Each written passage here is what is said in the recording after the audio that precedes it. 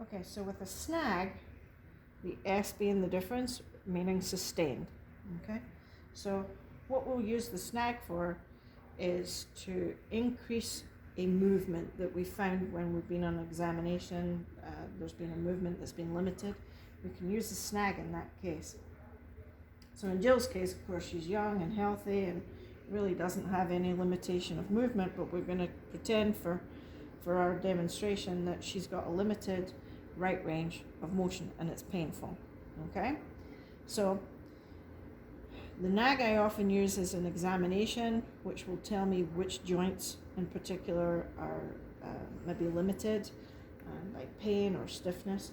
So I should be able to go to that joint, mobilize it, maybe improve it, and if it hasn't improved, then I'll take on the snag. So for the snag, you're coming in as you do with the lower cervical hand position, okay? So my thumb is going on the spinous process of the joint I think is sore. So if I think C3, 4 is a problem, or in this case it would be more like C5, 6 is a problem, I'm going to come on C5.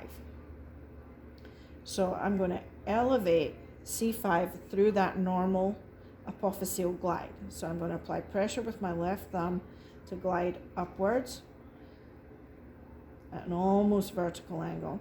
And at the same time, I am going to maintain this, and I'm going to ask Jill to turn her head to the right. Nice and easy, and I'm going with her. So and come back, as the vertebra moves and the spinous process turns to the left, I stay with the spinous process and I maintain that apophyseal glide of C5 on C6. And how we would normally do about 10 repetitions.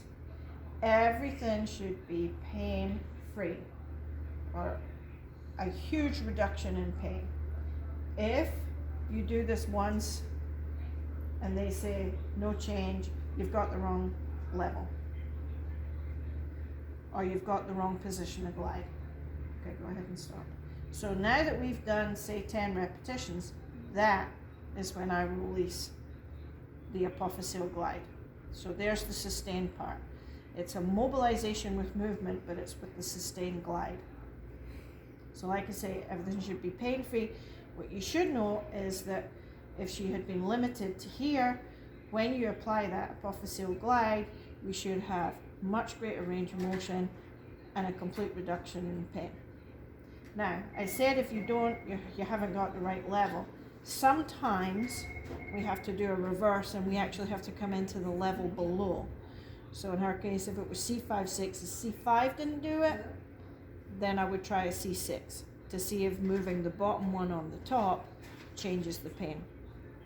And you would expect after you did some, that my range would be greater. It would maintain. Yeah, okay. I'm looking for, after I've done 3 sets of 10, perhaps repetitions, then you should have a reduction in pain when you do it yourself. And a better range. And right? a better range. Okay. Yeah.